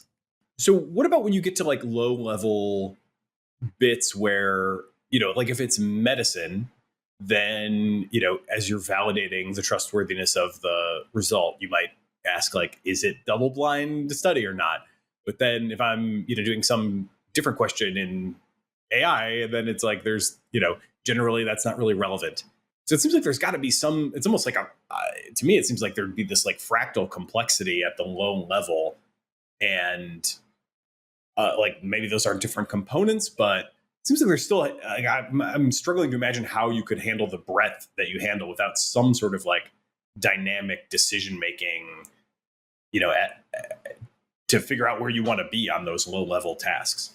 Yeah. I think there are different sources for that information. Where I think one source is, well, language models probably know some of those things. So I think you could just have dynamic task decomposition where you ask the language model, what are criteria that computer science papers are generally evaluated on when reviewers make decisions or something like that? And then they'll probably say a bunch of things.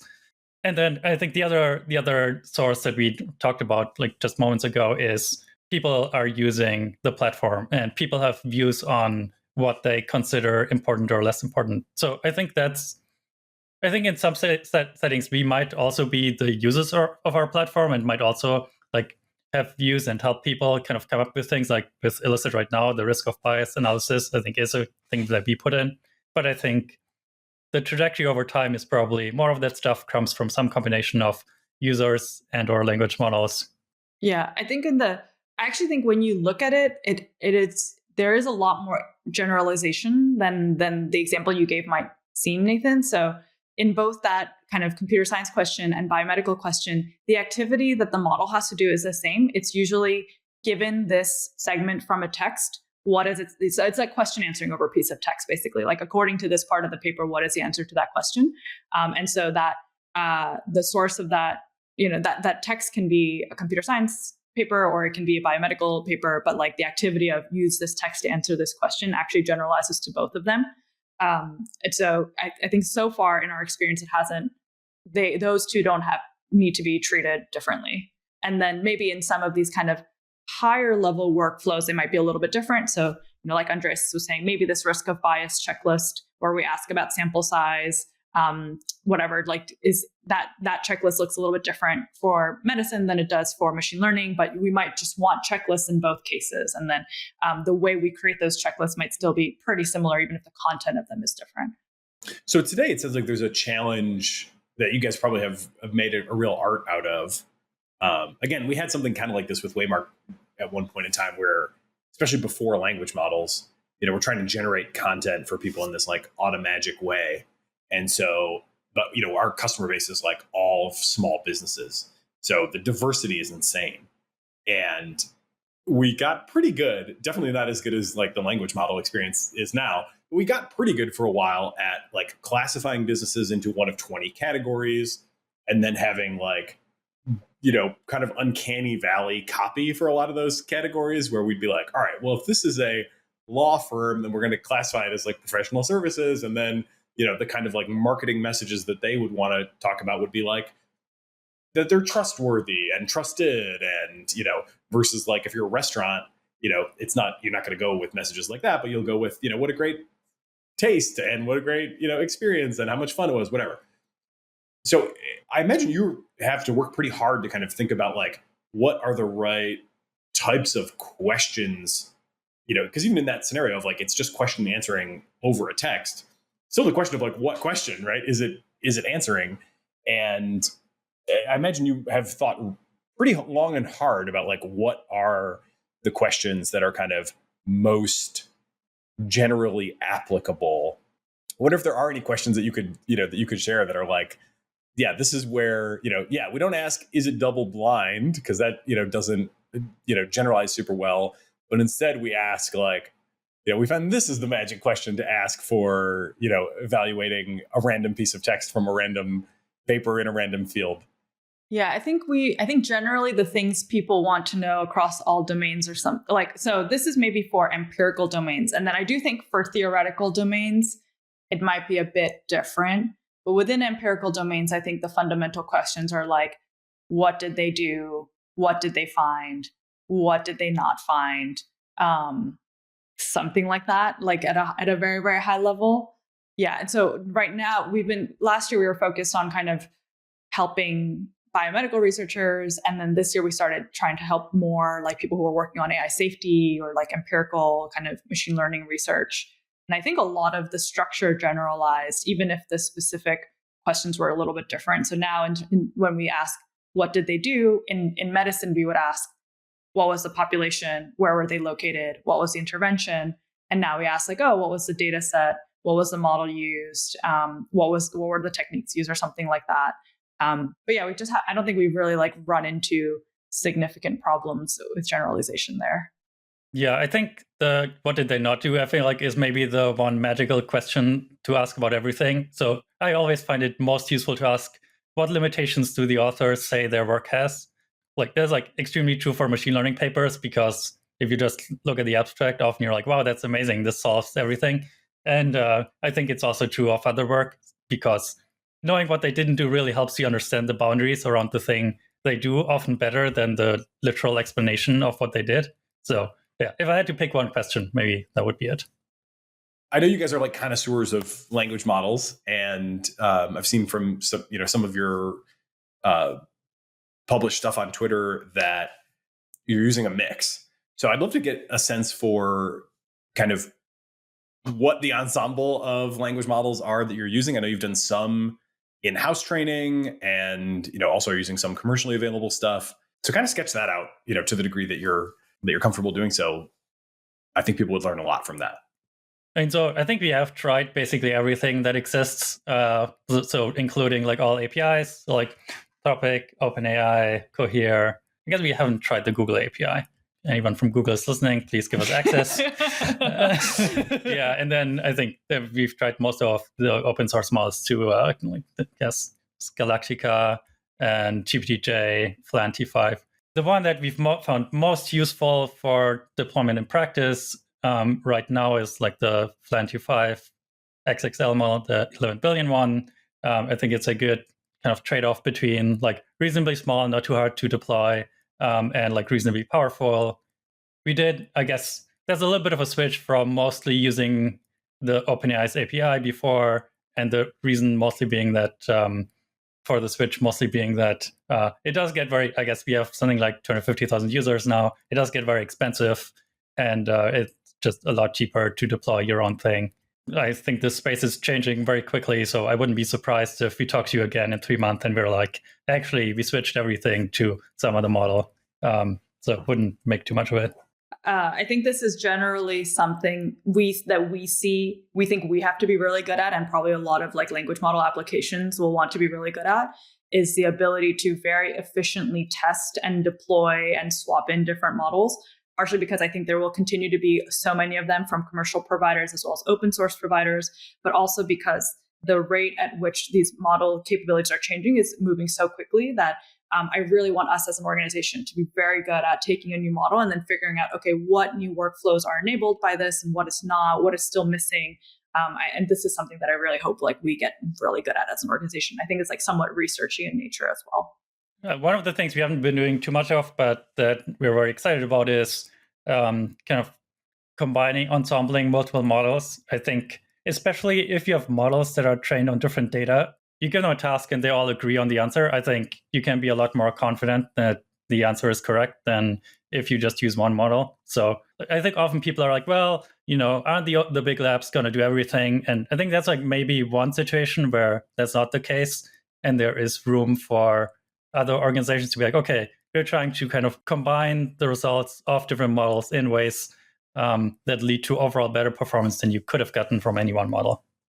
Yeah. Okay. That's really interesting as well. That's another good nugget. So, I mean, one thing that I would just highlight here is you have an 11 billion parameter model working roughly as well, I guess, as like top of the line models once fine-tuned for your particular tasks.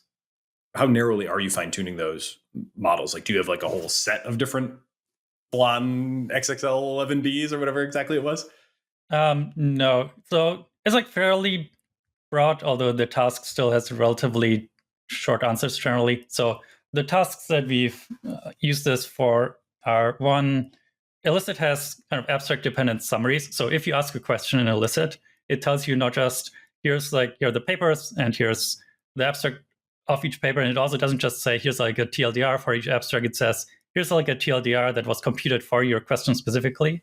So that's one task that we fine-tuned the model for. And then another task is just question answering from papers, like the task we talked about a bunch earlier, where given these paragraphs from the paper and this question, tell me concisely what the answer is.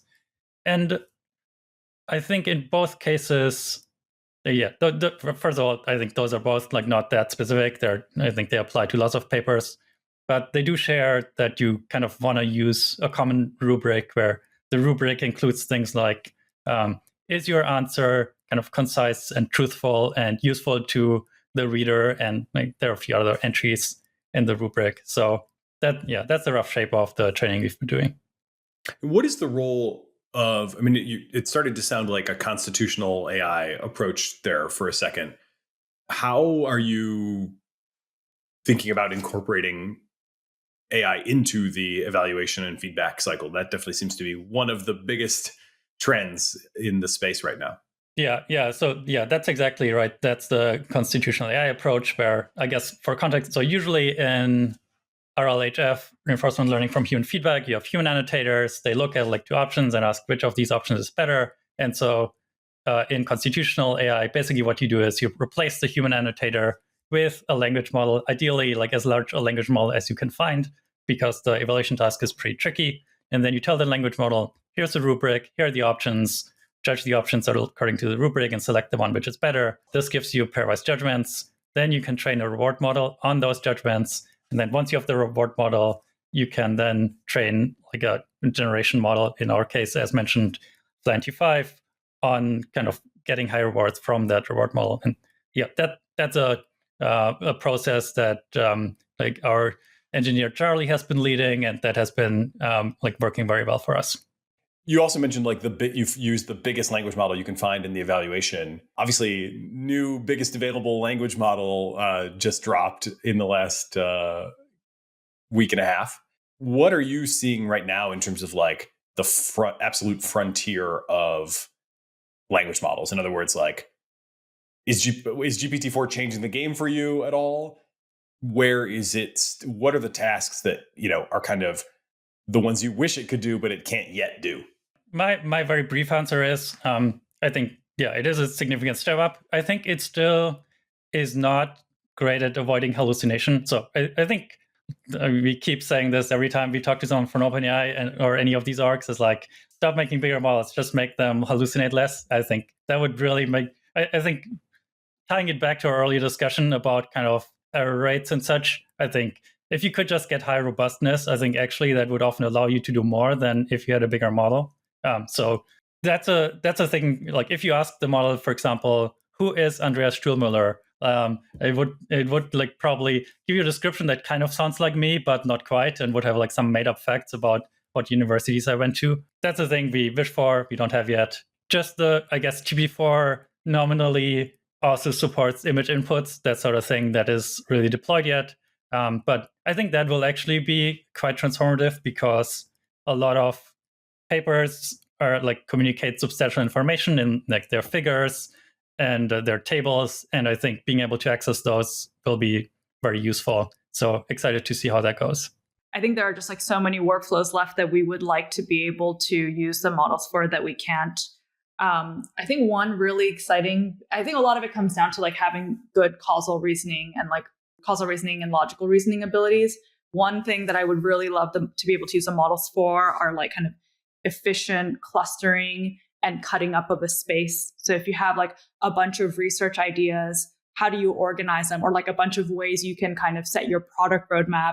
How do you cluster the space? What are actually the cruxes and the constraints that kind of segment the space up most efficiently? And like another one is, I think this came up earlier in this conversation, but like the ability to know when to stop and like when to realize that it's hit a dead end. Part of why our earlier experiments this year with trying to use the models to choose the reasoning themselves didn't work is because the model was just like really bad at being like, wait, I'm confused. This answer is wrong. I need to go somewhere else.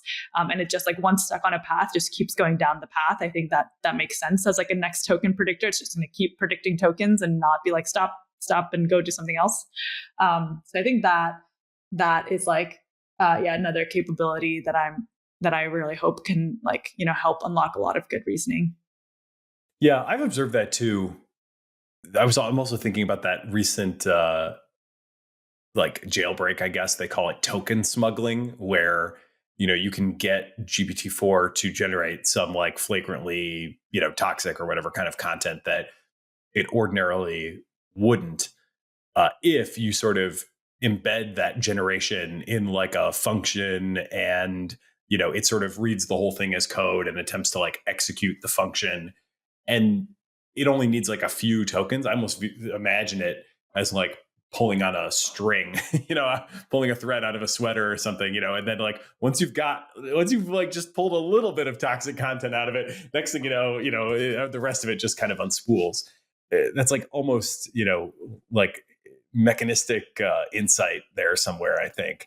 Yeah, the other thing that I think people have already started to notice is that a lot of the reinforcement learning is kind of causing the models to be incredibly uncalibrated and overconfident in their answers. And so that is preventing us from being able to use these models in particular ways. Like we would really love to be able to use GPT-4 for ranking, but it's like really not helpful for things like that. So I don't know how we're going to kind of like resolve this trade-off.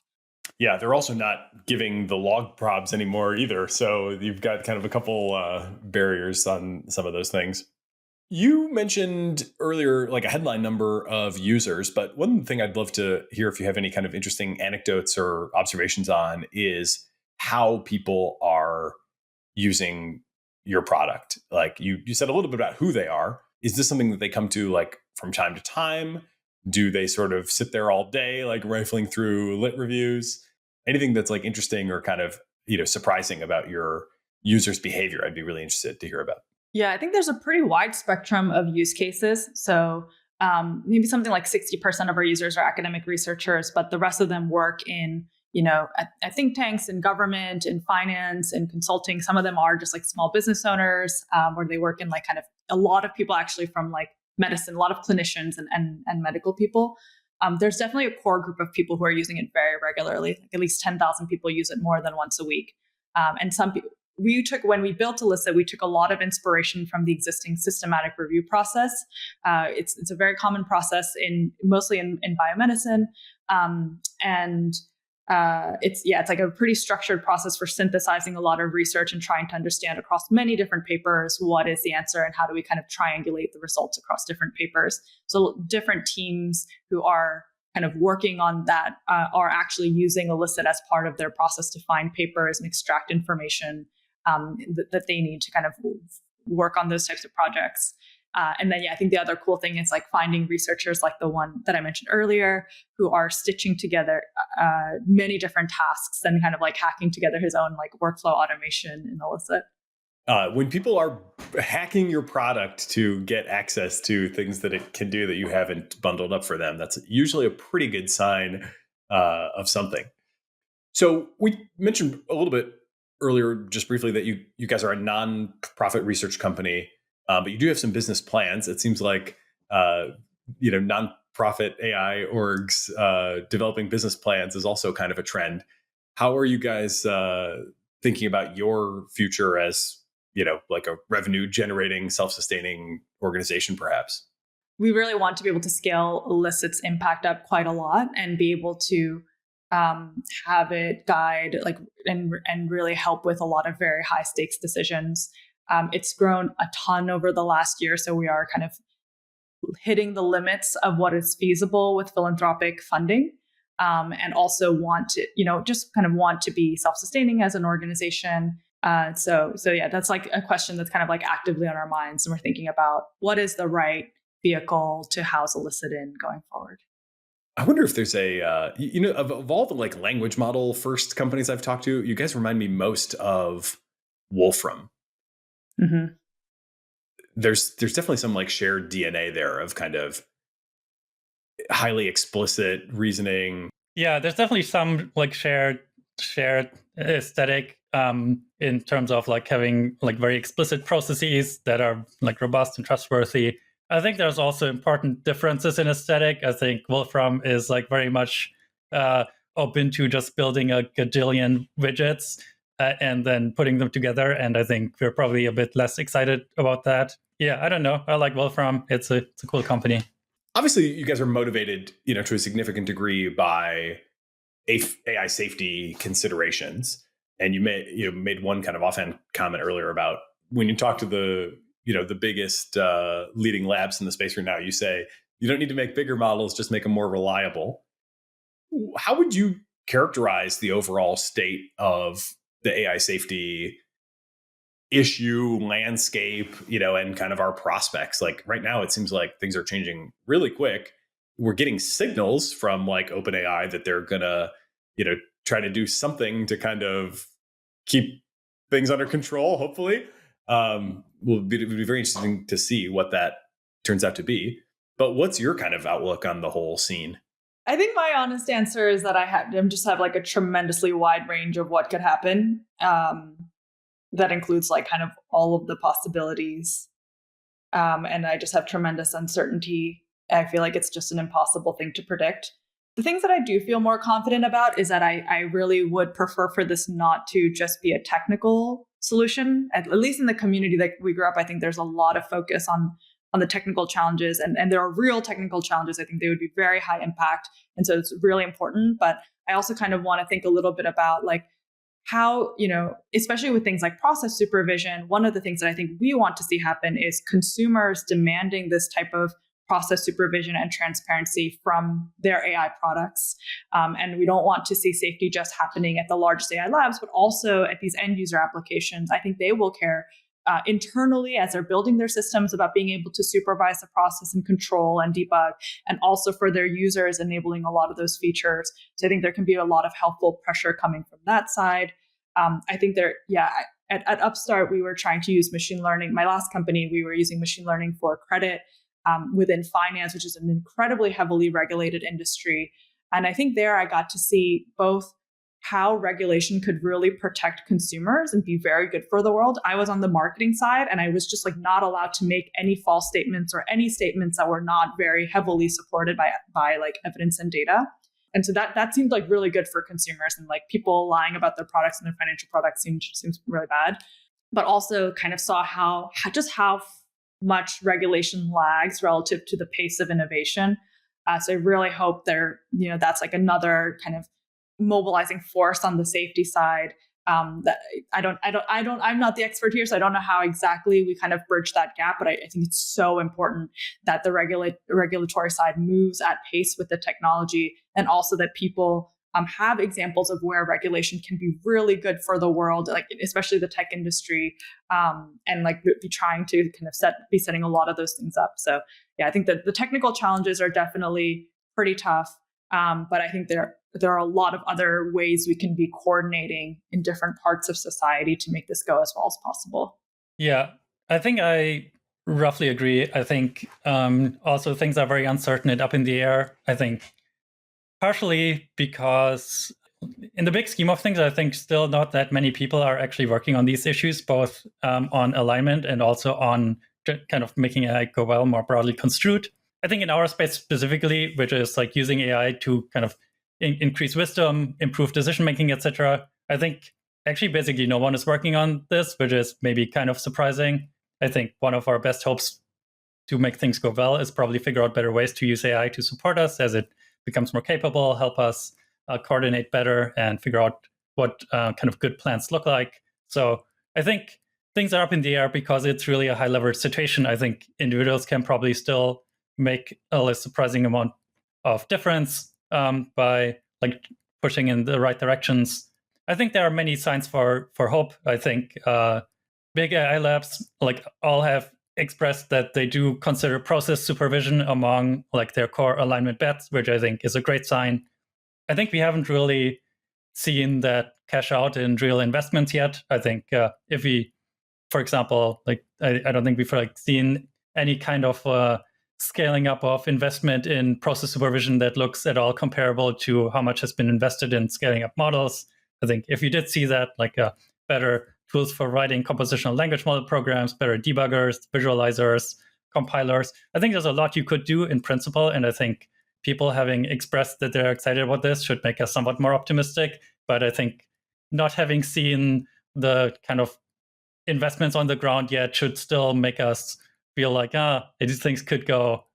Yeah, we don't quite know yet how things will go. But on more optimistic days like today, I feel like, yeah, probably AI will like help us kind of better see like what the risks are, will help us better coordinate. Probably eventually we'll figure out that we'll have to limit large scale training runs to some extent. And AI will help us see more. To the extent that that is the right decision, it will help us see that that's the right decision. And to the extent it's not, it will also help us see that. So I think there is reason for hope. What Jungwon said at the beginning really resonates with me around just very extreme uncertainty. Your comment too about like some sort of high end. I mean, that seems to be obviously a big idea that's kind of circulating in the space. Could we put some sort of, and this seems like it could be a really good idea, put some sort of like high end cap on super large models. Beneath that, there doesn't really seem to be any reason to worry too much. Now that could change obviously with a new architecture or some sort of conceptual breakthrough. But at least for now, it seems like that limit could be pretty high and not really the kind of thing that like inconveniences, PhD students or startups or whatever, but still would like create some decent visibility into, what is going on that might actually have some tail risk associated with it. I'm thinking a lot about that right now as well. Obviously, I'm not, any sort of ultimate decision maker, but to the degree that I can shape the discourse or whatever, that does seem to be a pretty attractive scenario right now that, like, again, doesn't hurt people, doesn't constrain most people too badly, which is nice. Like, you guys can, continue to fine tune your flan XXLs all you want. But, if somebody's going to go 100x past GPT-4, seems like society has an interest in getting a tip on that before the whole thing kicks off. Yeah, I am encouraged by the fact that I think probably compared to other technological revolutions of the past, a lot of the decision makers in this context have cared about safety from the very beginning. So obviously there's like some disagreement about what safety should look like and how much, some individual opinions vary, but I think everyone everyone is trying really hard to be as safe as they can and like think a lot about the consequences of their actions and trying to be altruistic in that way. So I think that's very good. And if we think about like, I don't know, tobacco or something like that, I just like don't think that was the case from the beginning. So yeah, or even just, you go back like the Industrial Revolution. I don't think I've often said this, I don't think James Watt had any idea what was going to happen. There does seem to be just a lot more emphasis on the kind of trying to get ahead of it, than there were in previous things too, right? Or like Gutenberg, I don't think he had any great sense of like, what he was unleashing in that moment.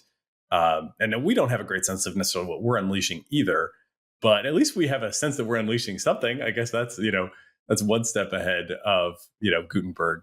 So yeah, that's a reason for some optimism anyway. So guys, this has been fantastic. I really appreciate your time. Thank you for going so long with me and educating me so much along the way. I've got 3 kind of fun questions that I always end with. You can, go on as long as you want, or you can just give me quick hitters. But number 1 is, what are the AI products, services, tools, whatever, that you guys are using, obviously aside from your own, that you would recommend to others that they should check out? So this might only apply to a small subset of your audience, but I use Emacs a lot, and I wrote my own kind of GPT Emacs extension, which is open source. You can search for it, gpt.el. I actually use it a lot, I think, both for coding and for other tasks. I think it's just really nice to have kind of language models accessible in the environment where you do basically all your cognitive work. Yeah, maybe Jungwon has some more scalable suggestions, but that's mine. I've honestly been like really amazed and delighted by the ChatGPT Deep Note combination, because I don't have much of a programming background, but I've just been able to like do way more cool things with Python with that combination. So yeah, I don't know that it's not an AI tool. I don't know, I guess it's ChatGPT, but I think that's the thing that I use most regularly. Yeah. Those are both good answers. One of the things I'm going to read about later today is the new plugins architecture that OpenAI just launched today. And there may be some, really cool new stuff there as well. I'm sure there is. But it is funny, actually. Most people don't have a lot of answers right now. I do keep coming back to that. It's like I think the application layer is, maybe kind of a mirage right now. There've been literally like thousands of things launched and, sent out in newsletters or whatever. But the number of things that I actually hear back, like you guys, gave more original, kind of novel, interesting answers than most. Honestly, it's been just a lot of like ChatGPT. Okay, number 2. So let's imagine a future scenario where 1 million people have a Neuralink implant. If you get one, you are enabled with thought to text. In other words, you can control your computer purely with thought. Would you be interested in getting one yourselves? 100%. Absolutely. I've already thought about this. I just have this experience all the time where I'm like, why do I just spend so much time converting my thoughts and typing them into my like note-taking system. And I just want it to be automated. And then like transferring them to messages to other people. So yeah, I would definitely want this. I mean, I would have a few questions about the details of the implant. I don't know. It seems like if you're paying for it, Nathan, sure, why not? Yeah, maybe that'll be part of our universal basic intelligence stipend at some point. So, okay, last one. Just zooming out, as far as you can, and you've touched on this throughout the conversation, but zooming out, big picture, rest of the decade. What are your biggest hopes for, or positive vision for, an AI-enabled future? And then, what are your biggest fears of what might come as AI permeates society? I think we're like culturally, I don't know how much this is just me being in my bubble, but I have the sense that like a lot of people have a lot of pessimism, or there's like kind of a sense of wonder that has been lost. And I think it's easy to lose sight of how much about ourselves and our world still remains to be discovered.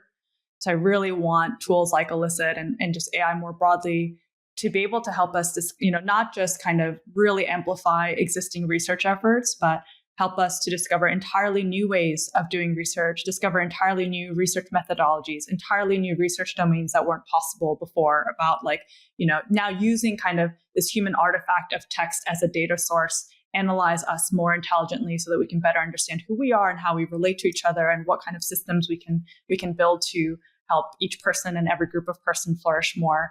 I'm really excited.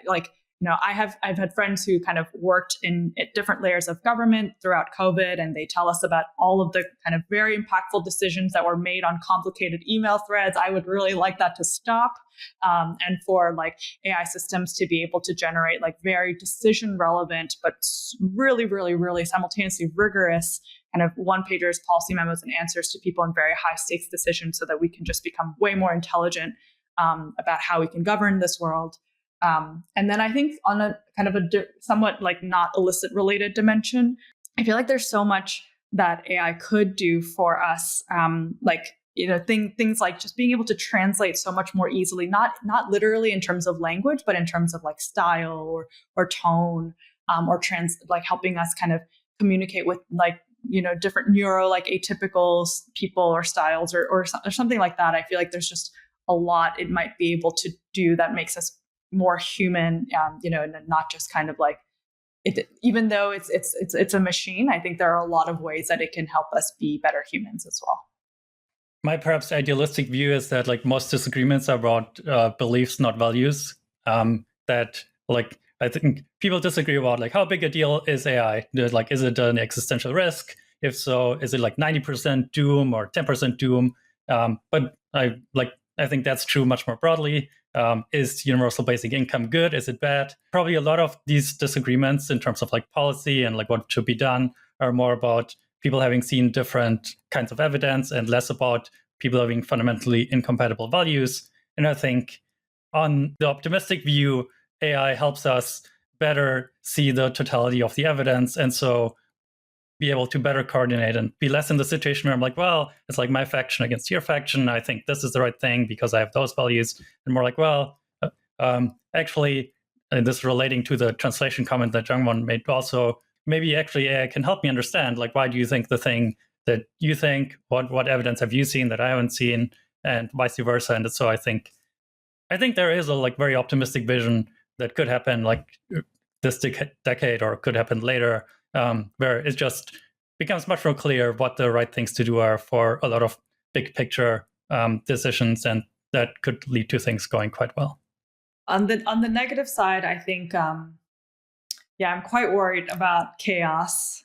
Like, I think things can get chaotic for a lot of reasons, like perhaps even before and kind of unaligned AI takes off, just the fears around this, like the imagined problems can cause a lot of chaos. I think, like the kind of generative models, the kind of classic fear of like generative models creating disinformation or just like creating a lot of stuff. I feel like we already have so much noise that we need to sort through already in our current society. And I worry that the noise will increase without the signal or the ability to kind of synthesize that information, those capabilities increasing. So yeah, I think we really need to keep up the ability to make sense of the world as it gets more and more complicated. Thanks, Nathan. Great to chat, Nathan. Omneky uses generative AI to enable you to launch hundreds of thousands of ad iterations that actually work, customized across all platforms with a click of a button. I believe in Omneky so much that I invested in it, and I recommend you use it too. Use CogRev to get a 10% discount.